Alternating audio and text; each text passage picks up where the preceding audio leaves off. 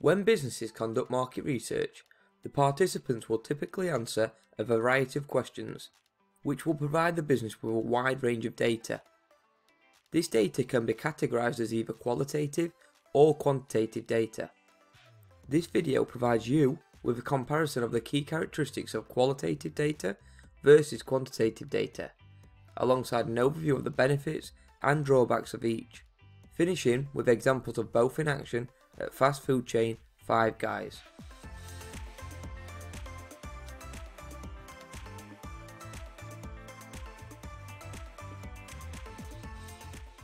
First of all, let's look at qualitative data. Qualitative data is usually expressed in words, and it is used to understand something through the collection of participants' opinions, thoughts and perspective, providing the business with a description and reasoning behind the way they feel. It is crucial for businesses to gain qualitative data, as it often provides meaning and context behind a participant's answer, which supports the business to understand customers' wants and needs. Qualitative data is often gained through asking open-ended questions, which ask participants how and why. For example, why did you purchase this product? Or if you could improve one thing about this product, how would you do it? These how and why open-ended questions require participants to expand on their answers, providing businesses with more quality data, which helps them to understand the views, needs and wants of their customers due to the amount of information each answer contains, which in turn helps the business when it comes to decision making on the back of research findings. However, it's very important to be aware that the collection of qualitative data is usually based on a much smaller sample size, but typically takes much longer to conduct and process, which ultimately costs more money than standalone quantitative research methods. This is mainly due to the research methods that are used to collate qualitative data initially, but more so the sheer amount of time it takes to analyse qualitative research findings once it has been conducted. Qualitative research methods used to collate data are often broad in their focus, and are often designed to get much more than a yes or no answer from participants. When designing and conducting qualitative research methods, the business really wants to know more than just the number of people who say yes, or the percentage of people who will already purchase a specific product. They want to know the real opinions of their customers and the reasons why. Common qualitative research methods include surveys and questionnaires with open-ended questions which require participants to explain their answers, focus groups and interviews where the interviewer can probe participants to find out the reasons behind their answers, or observations which are often focused on watching customers and observing their behaviour in store, such as how they react to a change in the store layout or a new product or service being launched. However, this requires a researcher to provide the logic or reason behind the behaviour, rather than the customer themselves. So now you've got an idea of what qualitative data is, let's see how quantitative data compares. Quantitative data is structured and statistical, with a much narrower focus in comparison to qualitative data, often asking participants closed-ended questions which contains terms such as who, what or when. In its purest form, quantitative research is used to confirm or test something, for example a theory or an assumption. You could consider it to be the collection of cold hard facts which are typically expressed in a graph or chart.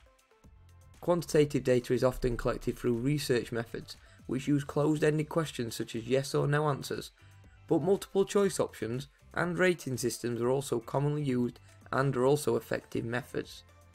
The main benefit to a business is the speed at which quantitative data can be collected due to the simplistic nature of the research methods used, which often leads to more responses being received. Alongside this, quantitative data is also much easier and quicker to analyse than qualitative data, providing the business with easy to understand results, which are usually presented numerically as they are based solely on numbers and facts. For example, 60% of participants would pay £20 or more for the product, or 9 in 10 participants would recommend the product. However, it's important to be aware that quantitative data often lacks depth. This is due to its simplistic nature and can make it difficult for businesses to make decisions on the back of research findings, as it doesn't provide them with context or insights into the motivations, thought process, or attitudes of the participants who take part. So now we've looked at some of the key characteristics of both qualitative and quantitative data, let's have a look at how a business such as Five Guys might use these methods in the real world. A business has many choices in relation to the design of its market research. As we've already discussed, it could choose to just focus on quantitative data if it just wanted to collect a vast amount of responses and a wealth of statistics in a relatively short period of time, which could provide a strong foundation to base decisions on. Alternatively, it may choose to focus purely on qualitative data if it has the time to wait to investigate not only the thoughts of customers, but the reasons behind those thoughts, which helps bring meaning to the numbers. Whilst both methods provide unique benefits and approaches, it's not really a question of quantitative versus qualitative. More so, how can a business use these in combination with each other to increase the effectiveness of the research in general, as they are often best used collectively. Let's have a look at how a business such as Five Guys could utilise a combination of quantitative and qualitative research questions to provide them with a detailed understanding of their customers' views in relation to visiting one of their fast food restaurants. The first question could be, would you visit Five Guys again? With the options yes or no. This would provide Five Guys with quantitative data and a quick overview of how many customers would return to Five Guys restaurants.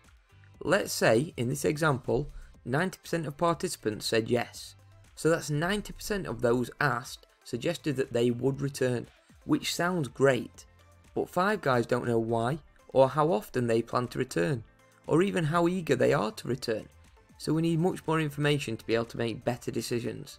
Therefore, we are going to ask another quantitative question. This time, the question is, how likely are you to visit Five Guys again? And you've got answers ranging from extremely likely all the way to not at all likely. Asking this question will provide Five Guys with an indication of the customer's attitude to returning. If a customer has answered yes to question 1 and extremely likely to this, then we know that they are very eager to return and are likely to return soon. However, if they answered yes to question 1 and somewhat likely to question 2, then although they are indicating they would return, this might not be for quite some time. It could even be years before they return again. They've just stated in question 1 that they would visit again. That's one of the main issues with quantitative data. We need more information.